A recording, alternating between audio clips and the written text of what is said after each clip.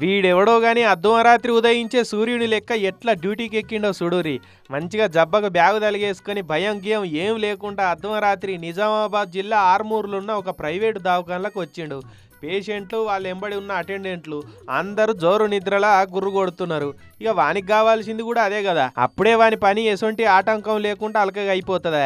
మా వాళ్ళు ఎవరో ఉన్నారన్నట్టే వార్డులకు పోయి కలె తిరిగిండి ఇట్లా.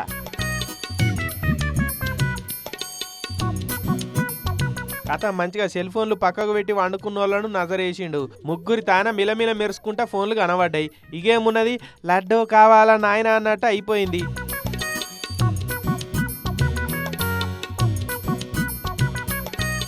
ఆ 3 ఫోన్లను మంచిగా పొతం పెట్టిండు. ఇక ఆడికెంచి అవతల పడ్డాడు. ఈడ పని అయిపోయినాక అదే గల్లీలున్న ఇంకో ప్రైవేట్ దవాఖానలకు పోయిండు. ఆడ ఒకటే ఫోన్ కనబడ్డదట. ఇక దాన్ని కూడా మాయం చేసిండు. ఆవల పడ్డాడు. ఈ నడమ వరుస పెట్టి దవాఖానలలో ఫోన్లు పోతున్నాయి.